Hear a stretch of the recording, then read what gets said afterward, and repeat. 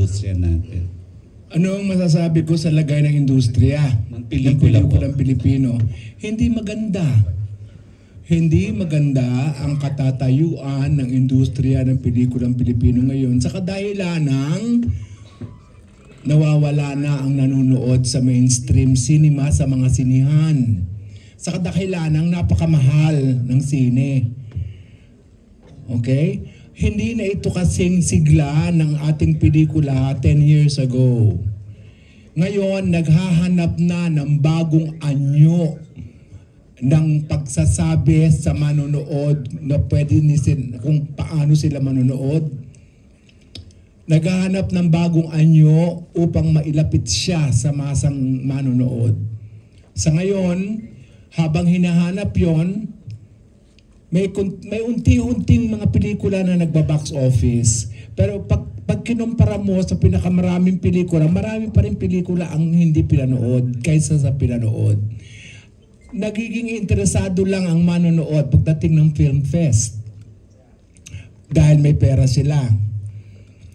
Yung market ng Filipino movies, hindi na siya yung dati.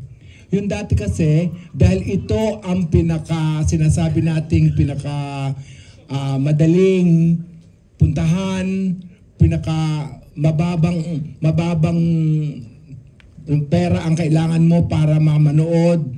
Ito ang major form of entertainment ng tao nung panahon ng mga nagdaan. Ngayon po, hindi na. Ang mga ordinaryong tao na sinasabi nating ang trabaho ay minimum wage lang, na driver, hindi na sila manunood ng 400 pesos o 350 pesos o 500 pesos na sine. Bibili na lang sila ng bigas. Bibili na lang sila ng ulam para may makain sila. Sila yung dati nating mga audience. Ngayon, hindi na. Ang audience natin ngayon, yung tinatawag natin petit bourgeois, yung maaaring mag-spare ng 500, 350. Kasi ngayon, ang lahat ng sinihan ay nasa mall. Pag pumunta ka sa mall, Diyos ko, kahit 1,000 kulang. Pagkasama mo, asawa mo, kasama mo, sweetheart mo, kasama mo, mga anak mo. Kakain pa kayo, mamamasahe pa kayo. Kailangan mo ng malaking pera para makanood ng sine. Kaya humina ang ating sinihan sa ordinaryong petsa ng pagpapalabas. Pero, nagkaroon ng ibang anyo ng tinatawag nating pagmamarket, di ba? Merong mga tinatawag na streaming na nariyan na pwede mong puntahan at ibenta ang iyong gawa. Meron tinatawag ngayong mga black screening na binibenta na isang buong araw. Nag-iiba-iba na ang pamantayan ng tinatawag nating hindi nakikinig si Jerry Ulea. Ang pamantayan ng iba't ibang klase ng pagmamarket. Okay? Nag-iiba-iba na. Yun lang. Thank you po, Direk Joel. Direk GB, kayo po.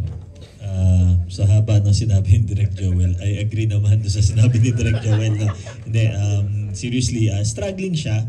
Pero ako kasi naniniwala rin ako na sa mga ganitong pagkakataon na nag-struggle, yan yung time na makapag-create ka ng opportunities. And then siguro ito yung time na siguro hanapin natin kung ano yung mga opportunities na pwede sa mga pelikula natin, kung saan natin siya pwedeng ipalabas, kung saan natin siya pwedeng ma-share sa mga tao. So ayun, siguro yun yung pinaka-estado para sa akin. Thank you po. Direk Kevin, kayo po. Actually, magsa-second emotion na lang din sana ako kay Direk Joe.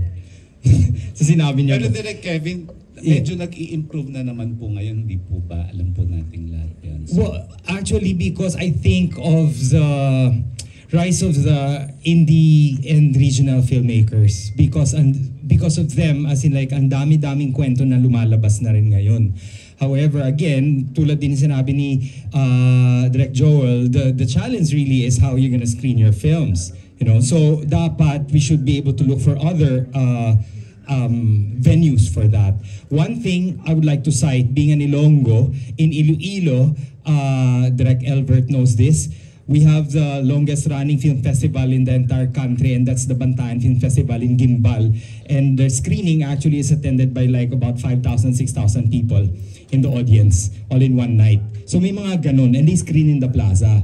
Sa UP Visayas naman, we have our Cinematheque. So alam mo yung ganun, kasi if we screen in cinemas, ang mahal, yung rental alone. And then you cannot make your students anymore go to the cinema. Sabi nila sa'yo na, paano naman yung allowance namin? Tapos kakain pa kami, magmemerienda pa kami. And I remember as a student before, yung allowance namin kasya allows us to watch movies. Dati. Ngayon, hindi na talaga kakasya. Manunod ka pa ng pelikula, magugutom ka pa.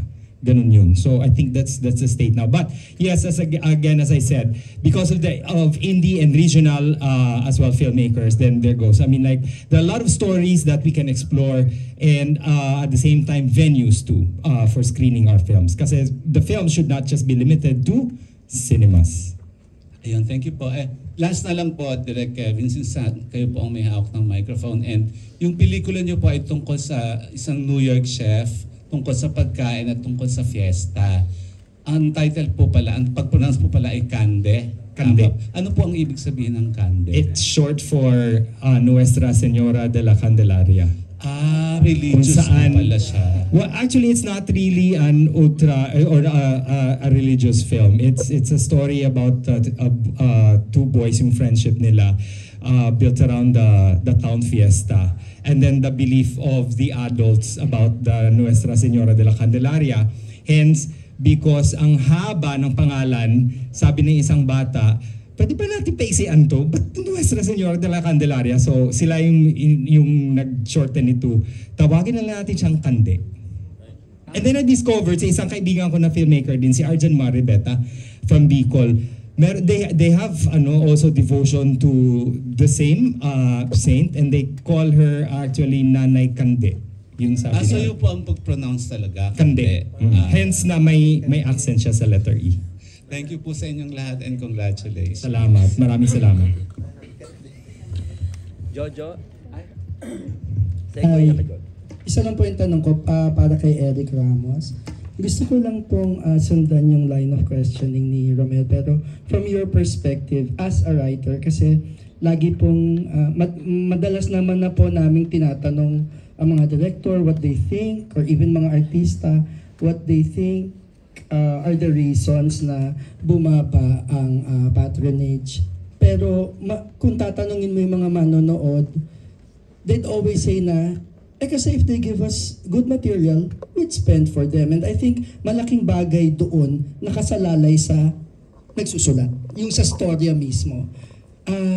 In line with that, ano pong tingin niyo doon sa advocacy ng Sinag Maynila na sinilokal, sinilokal pang international? Ganun po ba dapat ang thinking na ngayon ng mga writers na it's no longer the Filipino audience that we cater to, but internationally, is that really the way to go? To attract, para sa akin, parang ang weird, to attract local audiences, you have to think globally. Ganun pa ba? Parang ganun nga. Pero actually, isang dyan, yung malaking impluensya ng streaming, no? Yung pagbabago ng taste ng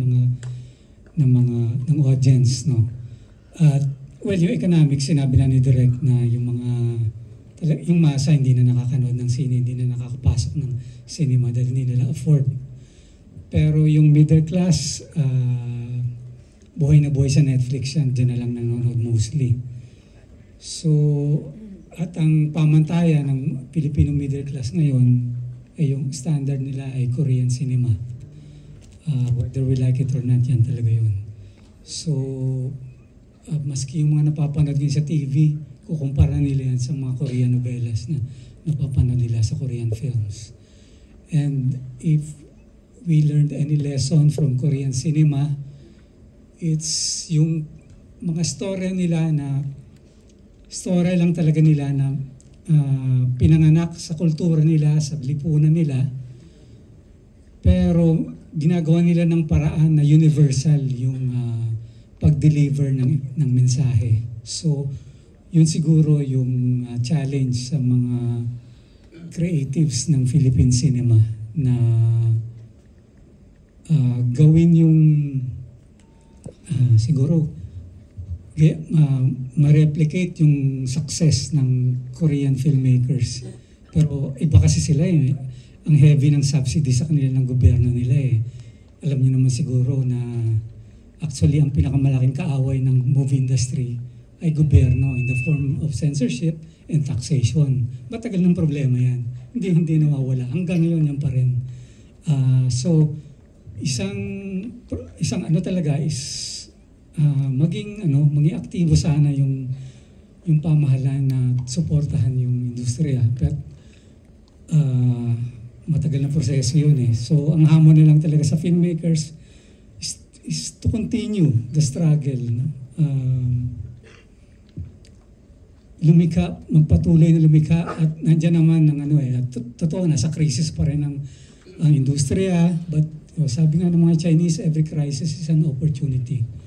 So, yan, meron naman marami pang bagong sabi ni Direk Topel, yung verticals, yung mga pinapanood yung shorts sa cellphone. Nag-explode dyan ngayon, maraming opportunity dyan para magsulat ng Although right now, ang naririnig ko, style soap opera ang preferred na So, pero nevertheless, maraming opportunity. So, tuloy lang ang laban. Huling tanong ko po sa ating mga director, kung ganun po pala na wala naman palang pera ang yung class na inaasahan natin, yung class na nanonood dati ng pelikula, hindi na nila afford, no? Yung pagdating na ng 500, hindi na kaya. Bakit po hindi na lang gumawa ng pelikula to cater doon sa mga may pambayad? Hindi po ba ganun kasimple ang solusyon? To give them stories or films na para sa kanila. Total sila ang may pambayad. Salamat po. Maybe Direk Joel can answer. Ang pelikulang Pilipino ay para sa lahat ng uri ng Pilipino. Hindi lamang dapat tumatangkilik sa isang sektor ng populasyon. Dapat ito'y sumasalamin sa pangangailangan at buhay ng buong Pilipino.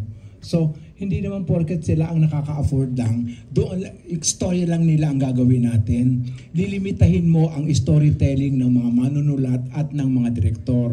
Ako, bumubuo ko ng pelikula para sa lahat ng Pilipino. Hindi lamang doon sa pwedeng maka-afford ng pera para pambayad sa takilya. Lahat ng direktor ganoon. Wala namang direktor na iniisip, ay gagawa lamang ako ng pelikula para sa ganitong uri ng tao. Hindi eh. Dahil ang istorya niya ay ini-encompass ang buong populasyon ng Pilipinas. Kaya nare-reflect ang katotohanan ng iba't ibang sektor.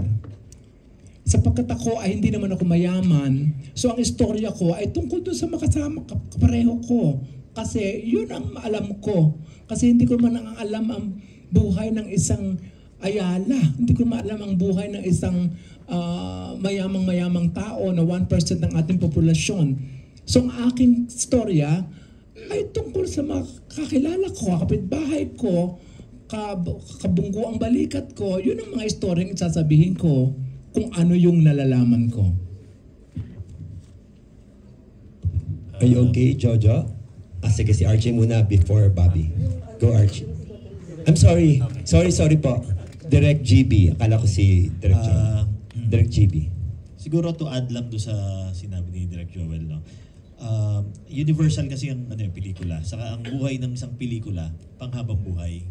So yung mga mahihirap, kunyari yan hindi afford ngayon.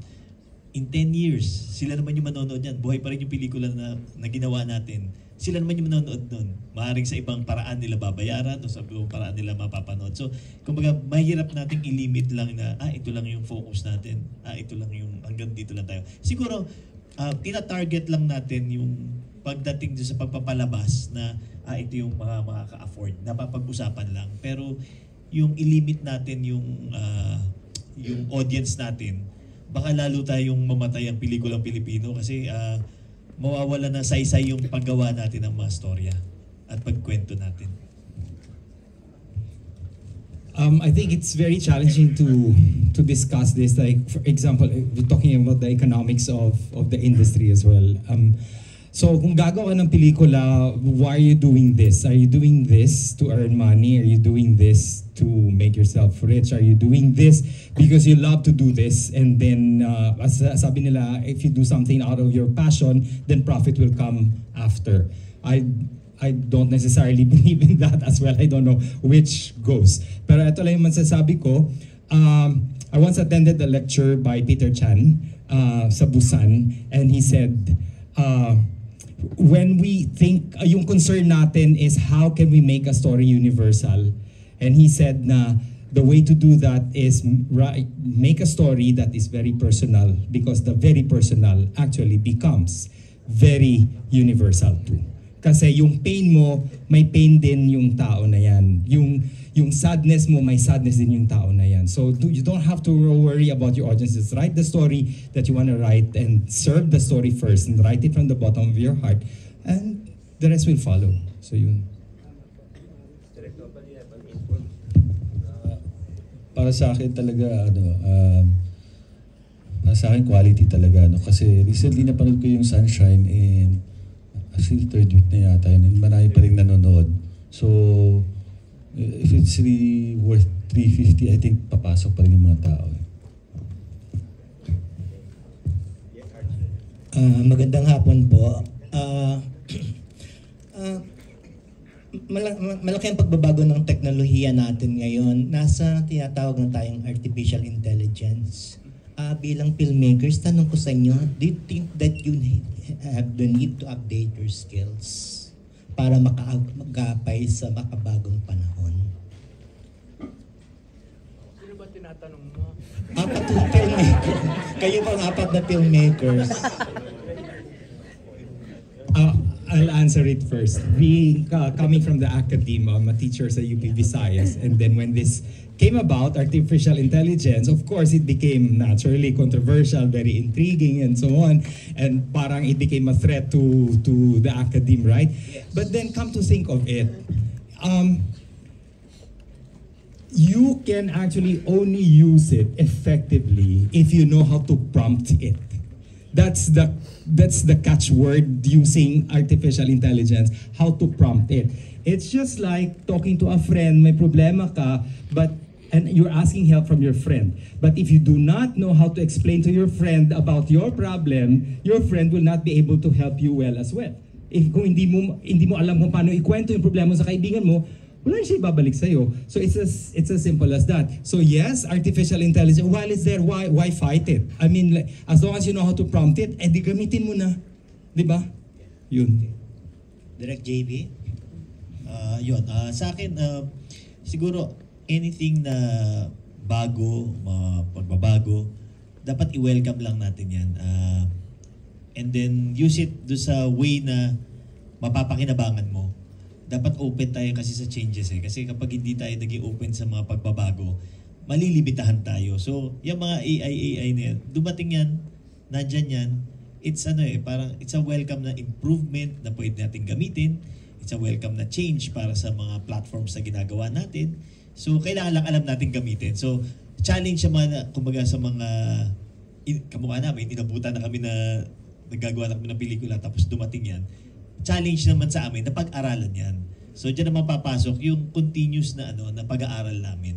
So, ganun lang naman yan in any technology, kahit nga sa personal na buhay, kailangan open ka sa change. Direct Joel? Hindi lahat ng bago ay kapaki-kapakinabang. Tandaan natin yan. Kapag may isang bago, dapat marunong kontrolin ng manlilikha kung paano niya makokontrol yon upang mag-serve sa interest niya o sa interest na ipinaglalaban niya. Ang katakot ko, baka dumating ang panahon na wala lang aktor, wala lang direktor, wala nang lahat, puro AI na lang. Kasi ngayon, yung mukha ko nagsasalita, nag-endorso, hindi ko naman in-endorse. Dinimanda ko pa. Dumadating sa panahong ganon. Kaya kailangan kung may bagong dumating na bagay, kailangan alam nating gawin at kailangan gamitin natin sa paraang tayo ang kokontrol at nagsisilbi sa interest ng nakakararami at sa interest mo. Kasi maaaring gamitin upang tanggalin na lahat ang mga direktor, ang mga artista. Kasi napaaarte nila kahit sino now. Natidirect na nila kung paano gagawin now. Baka dumating ang panahon pag hindi natin nakontrol ito at napag-aralang mabuti, ay, wala nang lahat yan. Isang tao na lang ang gagawa ng AI, ng istorya, ng ganito, ng mga artista, nagsasalita na kung sino-sino. Kaya dapat pag-aralan at kontrolin natin upang magsilbi sa interest natin at sa gusto natin gawin. Kapag ikaw ay direktor ng pelikula sa ngayon, dapat alam mo kung paano magamitin ang AI sa isang paraan na hindi ikaw ang kakainin ng AI. Kaya hindi lahat ng bago ay kapakinabang. Dapat pag-aralan kung paano gagamitin para sa ating personal na interest. Direk Topper? Para sa akin, lalo na sa genre ko, na-accept ko na yung defeat when it comes to technology. Kaya what I do is work around the story and not use CG or special effects. Kasi hindi naman talaga natin natatalo ng mga weta or ibang digital domain. Sobrang dami nila, saka ang dami nilang production houses na gumagawa. Dito isang tao lang gumagawa. So it's really impossible. So yun tama yung sinabi ni Direk, research about it, study about it. Pero yun nga, sana maraming gumagawa. Thank you po. Yeah, we have set of questions from Bobby Ricantina of Manila Bulletin. Actually, magandang hapon po. Actually, isang question lang po. Okay. Okay, since yung Sinag Manila is combination ng professional and student categories, so I want to ask our directors po, advice po nila sa ating mga young filmmakers, should they want to pursue this career, yung filmmaking? Baka diyan pa yata po sila.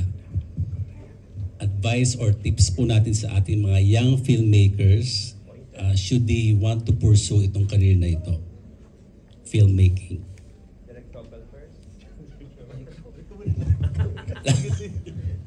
Ako lang muna daw, sabi ni Topel. Ano ang advice ko sa mga bata? Yes po, yes po. Aba, huwag kayong matakot magkamali. Mag-aral sa pagkakamali. Huwag kayong mahamper ng paggawa dahil natatakot kayo. Huwag matakot magkamali. Mag-aral sa pagkakamali. Pag nagkamali kayo at yun naman ang ginagawa nyo, kamali ng kamali, ay puro kayo tanga pag ginawa nyo na yun. Dapat pag-aralan ninyo ang pagkakamaling ginawa nyo at i-correct nyo syempre yun, hindi ba? Pero dapat hindi kayo natatakot magkamali. Ako, ang dami kong pagkakamali. Diyos ko, pagkadami-dami.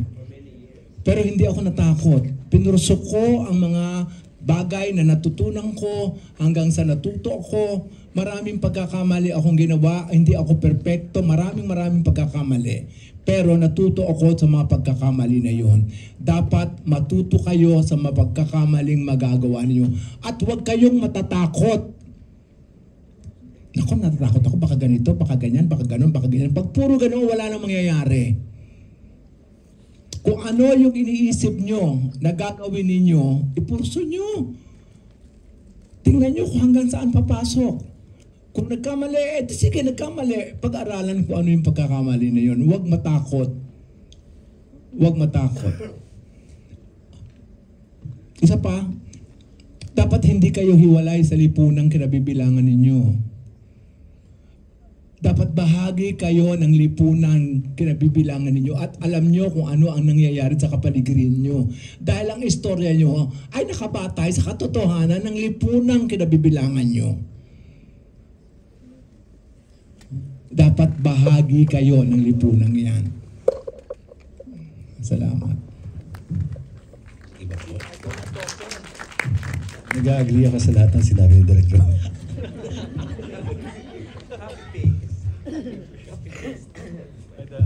Siguro yun nga, persistence talaga kailangan. Tsaka dito sa industriya ito, minsan may project ka kasi, so minsan wala talagang project, so minsan may, so kailangan lang magtsaga talaga at pagtiis. But yan, keep honing your yung art nyo. So yan. Siguro una yung wag kalimutan yung pangarap. Lahat kasi nagsisimula sa pangarap. So very important yung patuloy na mangarap para umasenso, mangarap para mag-succeed, and then yung passion, wag din kakalimutan. And then siguro pangalawa yung lagi nyo lang iisipin na hindi naman lahat ng maganda sa paningin ng ibang tao ay maganda sa inyo. At yung maganda sa inyo ay maganda rin sa kanila. So, kanya-kanya yan eh. May freedom tayo pagdating sa taste eh. So, kung ano yung paniniwala nyo na maganda, yun ang i-pursue mo. Kasi mahirap yung masyado kang dependent sa reaksyon ng ibang tao. Dependent ka sa, baka ganito sasabihin nila. Dapat ikaw sa sarili mo buo yung ginagawa mo. Handa kang lumaban at ipaglaban yung ginawa mo na para sa'yo maganda yan. Kahit nasabihin ng 1,000,000 tao, pangit yan. Pero sa'yo maganda yan. As a teacher, I always tell my students, make beautiful mistakes. Beautiful mistakes are mistakes that you can learn from. So ganun yun. And don't be afraid, similar to what Direk Joel said. And also, kasi kami, we make films there sa Iloilo, and we collaborate with our students. And I always tell my students, just because we're teachers, do not be afraid to collaborate with us. So it becomes an open field, and it makes it more worthwhile. Kumbaga, and you give them their voice as well. Na hindi sila matakot to voice out their opinion, or just because they're students and you're the teacher. Because as a teacher, you can also learn from your students. Diba? So ganun. We keep it ganun ka-open para na they will learn as well na ganun din. Now, when they get to that point, they will also still become open-minded, and it's not just because you're the director, ikaw na yung may alam lahat. So yun. May dagdag ako, huwag maging mayabang. Okay? Ang konting tagumpay, huwag na masyadong ipagyabang at maging hambog. Dapat ang paa natin ay parating nasa lupa. Marami akong alam ng mga batang direktor na bago. Diyos ko po, sobrang yabang na. Huwag ganoon. Hindi maganda yun. Dapat parate ang paa natin ay nasa lupa. Name names daw, Direk. Name names, sabi ng press. Gusto niyo ako demanda? Hindi na sabihin. Sa one-on-one interview. Meron ganoong mga bagong direktor. Huwag ganoon. Huwag ganoon. Hindi maganda yon. Hindi ka asenso pag ganoon. Be humble. Be humble. O yan, thank you. Napaka-inspiring ng kanilang mga message para sa ating mga kabataan dito, mga filmmakers dyan. Shout out. Gusto ko tanungin yung ating dalawang lady producers on the panel, si Miss Minnie at saka si Miss Dorothy. Ano po ang pakiramdam nyo? Finally po ay meron na po kayong distribution for your film after a few years. Miss Dorothy muna. Anak ko. Hello. Siyempre masaya. Masalamat ako sa Sinag Maynila, sa lahat. Sa mga Sir Cheng, sa lahat. Masayang-masaya siyempre. Punong-puno ako ng kaligayahan. Overwhelmed. Okay. Thank you. Congrats po, Miss Minnie from Jeongbu. Yeah, masayang-masaya po at napalabas na. Bibili ko na by September. Sobrang nakaka-proud. Horror naman siya. Okay. We have a question from Maridol Bismarck. Hi, Maridol. Hi, Direk Kevin, kasi educator kayo po. Nakikita niyo po ang trend sa mga bata ngayon with AI and everything. Ano ang nangyayari sa mga young filmmakers? Saka bilang educator, ang ginagawa mo para mapunta sila mabalance nila yung nangyayari ngayon tsaka yung creativity nila kasi malaki nga ang role mo as an educator. Well, back to basics pa rin. Like sa UP kasi we have a film program. So like we have a course called Film Theory. So I would tell them, if you want to become a filmmaker, you have to take this course, Film Theories. Kasi kailangan may groundings pa rin. So you cannot get everything kahit sabihin nila there's such a thing already as YouTube University. Ayan, and then also may AI. But hindi mo makukuha lahat yan dyan. So, I mean, back pa rin to education. So yun, and that's what we also stress sa UP Visayas. So yun, so with the film courses that we have there, film theories, yung mga ganon, gender studies in films, yung mga, everything is about that, and you have to make them aware of the fact that kung gusto mong gumawa ng pelikula, dapat may theoretical groundings ka rin. This is not just a matter of tatalong ka lang dyan at bahala na si Batman. Walang Wonder Woman na sasalo sa'yo. Ganun. Salamat. Key Direct Topel at yung, kasi di ba hindi yung first time mong sumali dito, anong nagawa ng Sinag Maynila sa ginawa mong pelikula? Ano bang value, if any, na nakuha mo? Ito po yung first time ko sa Sinag Maynila. Pero really grateful kasi tagal ko na gusto makasama si Direct Brillante. Right now, matagal na ako hindi nag-festival so ngayon uli ako nakabalik. Yun nga, ngayon ko palang ma-experience na. Yung ibang nakasali na. Si Direct Joel. Direct Joel nakasali na sa Oo, yung naging epekto ng Sinag Maynila sa pelikula mo at saka yung kung anong value nakuha mo kung meron na. Anong epekto sa akin personally? Personal as a filmmaker din. Gumanda ako. Ang una kong pelikula ito ay Boy and Chick. Okay? Dahil sa Sinag Maynila, dahil sa iba't ibang mga awards na natanggap nito, nakilala ang Boy and Chick, nakilala ang pelikula na ipalabas internationally, at sa Sinag Maynila nag-umpisa yan. Sa Sinag Maynila ang unang kumilala dito. Kaya ako, malaki ang utang na loob ko sa Sinag Maynila. Magandang exposure ito sa isang pelikula. Dahil ito lamang ang tunay na festival ng pelikulang Pilipino ng nagkikater sa mga estudyante at sa mga indie movements, hindi ba? Kaya malaki ang nagawa ng Sinag Maynila sa aking pelikulang Boy and Chick. Kinilala sa abroad, nagka-award sa abroad, nagka-award dito. Malaki. At nagdagdag ng kumpiyansa sa akin na pwede pa pala ako kahit, Diyos ko, may edad na ako, pwede pa pala. Okay, laban lang. So, okay ba yun, Maricor? Parang ayaw ka. Okay, tama. Ha? Hindi, okay. Okay lang. Satisfied. Thank you, Maricor. Maridol. GB Maridol. pala. Direct GB daw, your answer.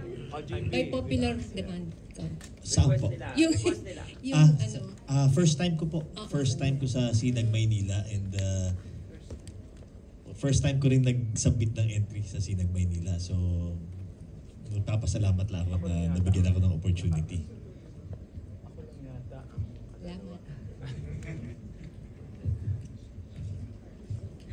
Hello po, I'm Mikay Tormon from Rappler, and this is for all the directors po. I'd like to ask po, how have Filipino film festivals such as Sinag Maynila help or continue to challenge or involve the Filipino filmmaking industry?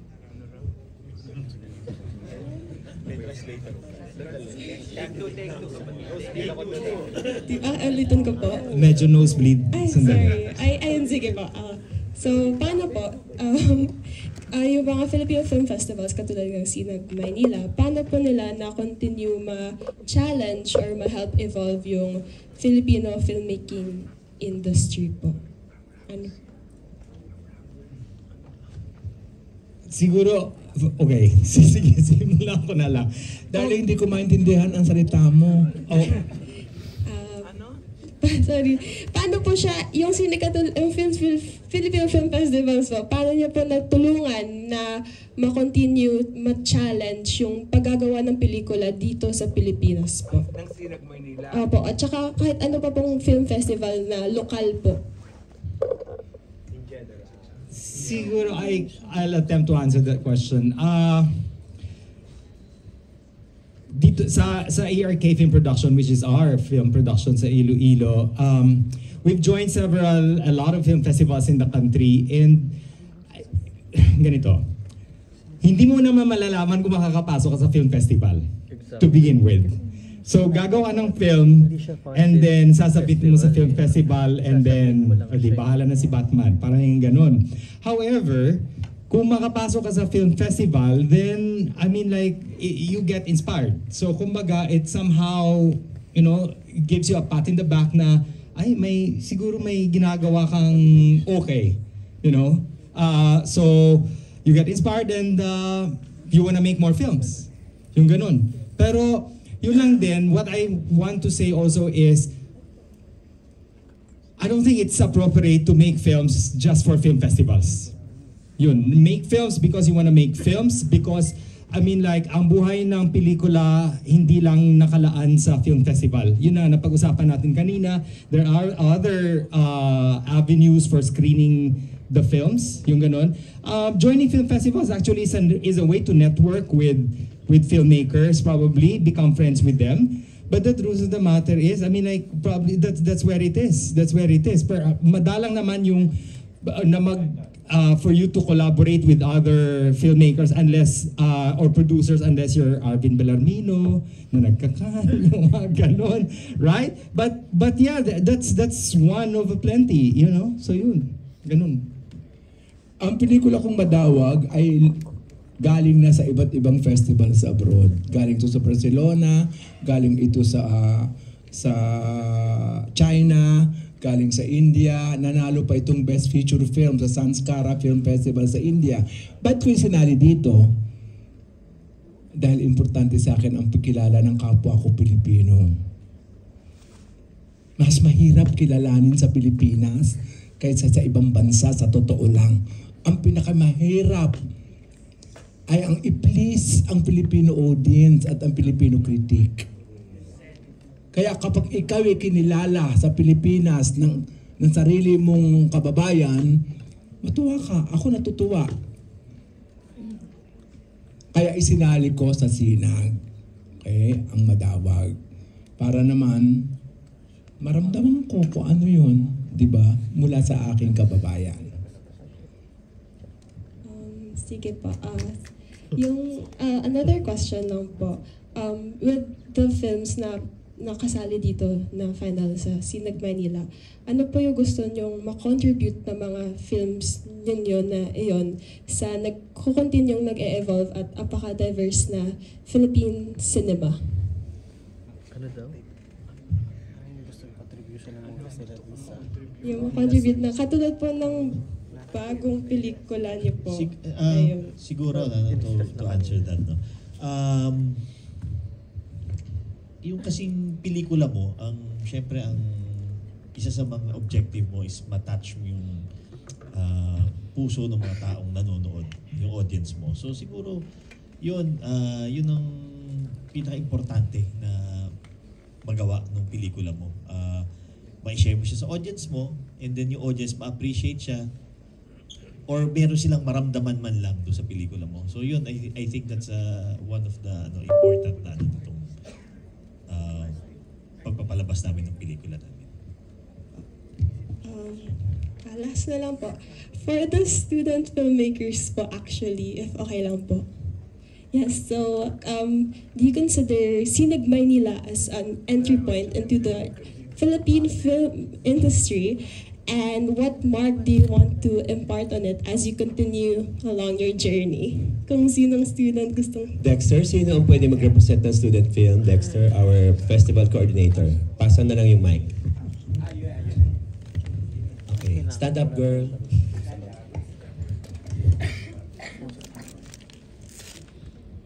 Hi, I'm Zarina Fernandez, the director of Katiguguman. So, I do believe that this is a big entry point for me to get into the industry.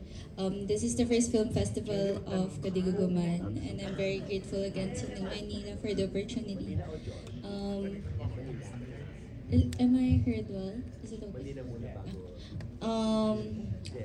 What mark do I want to leave? As a filmmaker that grew up in Cavite, I just want to say and for other filmmakers in the Cavite, so I have fellow filmmakers here from a few Cavite, and that it is feasible to land in major film festivals like this. Kasi hindi to madalas sa amin eh. Sa DASMA, sa Cavite itself, hindi siya madalas. The fact that we have to go to Manila to showcase our films. And ayun, posible siya. May pera sa pagpipelikula. And siguro isa kami sa mga patunay. And shout out kay Direk Dayan for documentary naman. Thank you po. Thank you so much, our friend from Rappler. Okay. Meron pa. Isa na lang na short film representative. I'll go. Very quick. Question daw siya. May question siya or siya yung Question? sasagot ng tanong? No more. Okay. We're down to the last 3 to 4 questions para po later on we can interview our panel kung gusto po ninyo. We have a question from Manila Santos of ABS-CBN. Hello, good afternoon po. My question is for Direk Topel, Joel, and GP. How hard or easy was it po to convince your actors who are mostly mainstream actors to get on a project for an independent film? And then, can you share one anecdote with yung mga lead stars nyo na you find as one of the memorable moments from the film while shooting? Paano ko nakumbinsi ang mga artista kung sumali sa aking pelikula? Yung ba ang tanong mo? Takot silang tumanggi. Kasi malaki ng oportunidad sa kanila ang may offer ang isang napakagandang istorya para mapasama sila sa isang pelikula. Ang artista ko, si Larita Daniela, si Alvi Casino, si Jack Roberto, si Dorothy Gilmore, si Jimpy Bangko. Mostly artista ko na sila before. Kaya nung gumawa ako ng ibang uri ng pelikula, nung nagsasabi ng problema ng isang teacher at ng isang town na pinasulat ko kay Eric Ramos, in-explain ko sa kanila kung ano ba yung istorya at ano ang role nila, hindi naman ako nahirapan. Nagkaroon lang ng konting hirap sa pagtawad sa kanilang talent fee. Pero nagawa naman, natawaran, hindi namin maibigay ang kanilang mainstream talent fee. So may konting pakiusap. Yung pakiusap na yung kasama na yung dapat kinitiin mo ang interest nila sa ganda ng role nila, sa acting na gagawin nila, doon sila nakikiliti. At nakuha namin sila. Ano po masasabi niyo sa performance ni Rita in this role? Mahusay si Rita Daniela rito. Ay, sabihin nyo, nagyayabang ako. Panoorin nyo. Mahusay si Rita Daniela dito, mahusay si Jack Roberto at si... Anong pangalan isa? Alvi Casino. At ito, mahusay na kontrabida si Dorothy Gilmore at si Jimpy Bangko. Mahuhusay ang mga artista ko dito sa pelikulang ito. Hindi ko sasabihin ko hindi mahusay. Panoorin nyo. Maraming salamat po.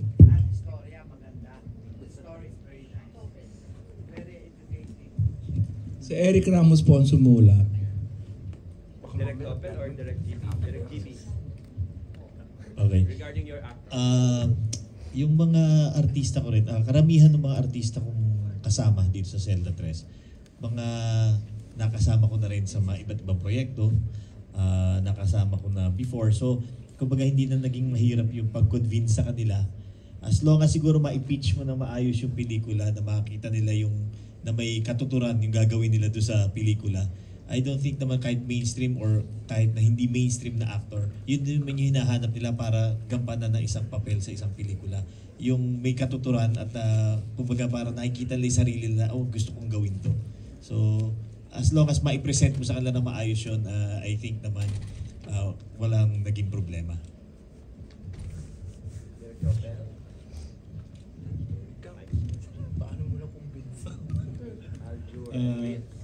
Aljo Enrich yung artista ko, and inumpisahan namin to i-conceptualize before the pandemic. So, yung producer namin gusto niya nang gawin, and nagkataon naman nagkaroon ng pandemic. So, sa gitna noon, actually lockdown yun, so lahat kami gusto talaga namin lumabas, no?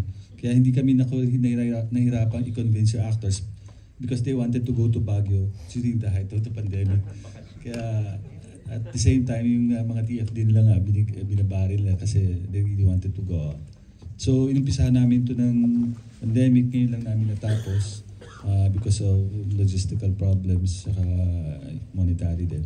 And maganda to kasi binigay namin yung lahat namin yung mga bagong scares, tsaka si Ritz and Aljur at actually ang galing nila dito, yung acting nila.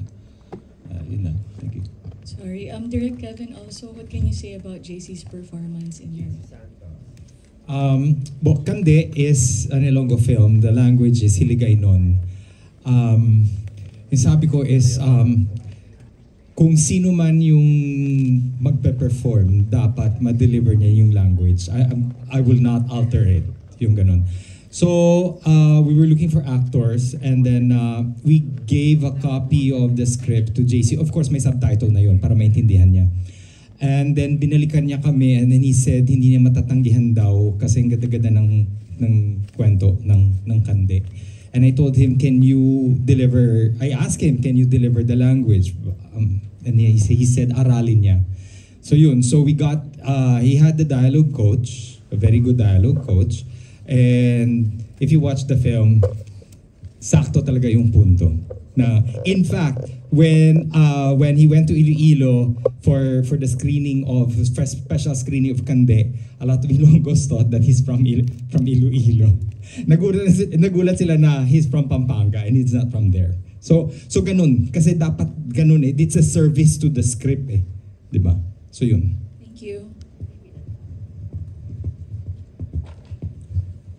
Who else who want to ask a question? Jerry Olea. Doon na lang sa mga director. Gaano ka commercially viable yung movie? Yung audience ba may entertain o more o yung may matututunan sila? Kumbaga, bakit dapat panoorin naming mga moviegoers yung pelikula ninyo? Kumbaga ipagtanggol mo lang, paano mo kami i-convince yung general audience? Bakit dapat panoorin ang pelikula ninyong lahat, Direk? Start natin kay Direk Joel. Bakit kailangan panoorin ang pelikula ko? At saka yung pelikula nila din. Kasi Sinag Maynila Festival. Dapat mag-participate kayo, sumama kayo sa Sinag Maynila Festival at panoorin ninyo. Iba't ibang klaseng pelikula yan. Madadagdag ang inyong karanasan at inyong kaalaman pag pinanood nyo yan. Pag hindi nyo pinanood yan, hindi kayo maganda. Yun na yun. Sa karamihan dito, world premiere. Diba? Sino pa ang may gustong magtanong? Alan si Alan Jones. Go, Alan. Tanong ko lang si Direk Topel kasi di ba usap-usapan yung artista mo ngayon na may issue sa pagpo-promote ng film. Magpo-promote ba ng pelikula mo si Aljur? Sabi mo andito siya kanina. So, mukhang magpo-promote siya, di ba? Buti na-convince mo. Buti na-convince ni Sir Mel. But anyway, nandito siya kanina kaya may shoot siya today ng Batang Quiapo. Kaya hindi rin siya nagtagal. Nag-promote naman siya, meron siya interview kanina. So magpo-promote yung mga artista niya. Ikaw din, Direk Joel. Magpo-promote ba si Rita? Oo, hindi lang siya nakapunta dahil may taping sila ngayon eh. Yung tatlong artista ko, hindi lang nakapunta dahil tumabat sa Wednesday. Mostly taping ako din may taping today kaya lang hindi ako katali. Okay? Kaya naka-attend ako. Wednesday, MWF ang taping eh. Kaya wala yung aking main actors. Pero dadating sila sa premiere night. Gusto nilang pumunta kaya lang hindi nga, meron nga silang taping. Yun naman lang ang problema. Ikaw, Direk GB, sina Carla. Kausap ko naman yung management ng artista ko, no? And all-out support naman sila dito sa Sinag Maynila. Siyempre kami, hindi naman to matagal na in-announce sa amin. So biglaan din naman yung announcement. So yung, siyempre yung schedule din ng mga artista, medyo kailangan natin consider yung lahat sila. Kasi may mga taping sila JM, sila Carla, si Cesar, very busy rin. Pero nagbigay naman sila ng word na full support sila dito sa Sinag Maynila project. Thank you. Last na Mel, kasi wala sa Direct Brillante. So siguro si Sir Wilson tanungin natin. Yung mga pelikula dito parang wala silang limit kung kailang taon sila pinalabas. Tapos kasi meron parang 2020 parang nagawa yung film. Tapos napalabas na rin sa ibang mga film fest. Parang gano'n, wala siyang mga restrictions or anything. Parang maluwag yung Sinag Maynila sa mga pelikula. Tama ba? Yes, Sir Wilson. Sir?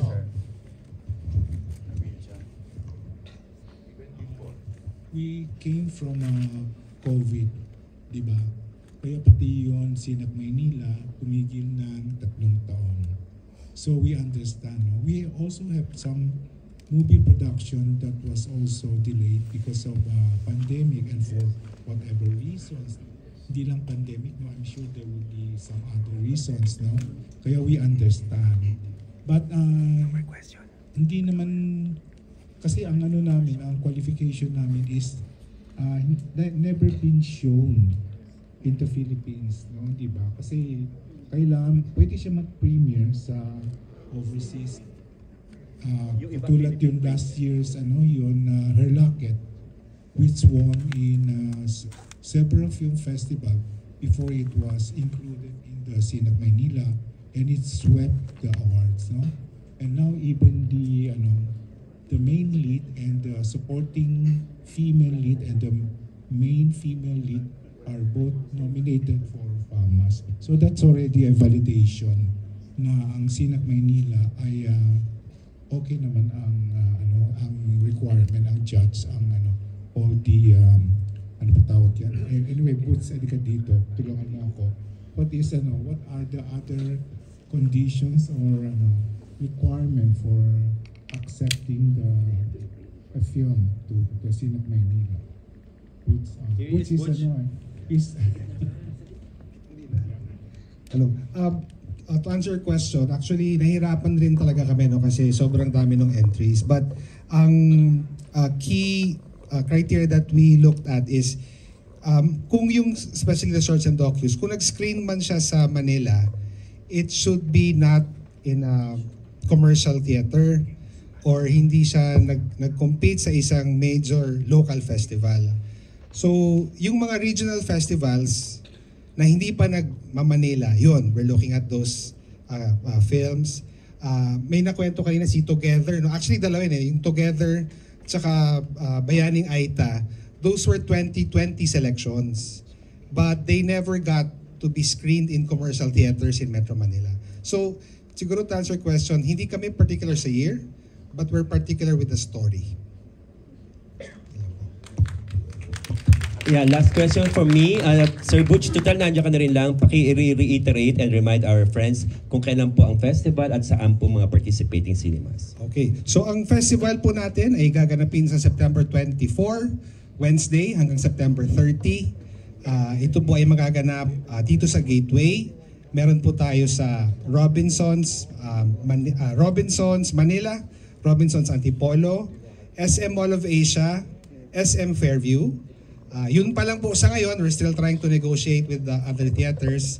And then Gabi ng Parangal po sa September 28, Linggo, dito po sa Gateway gaganapin. Ang presyo po natin, 250 pesos. Alright, so with that, kung wala na po kayong mga katanungan, may we hear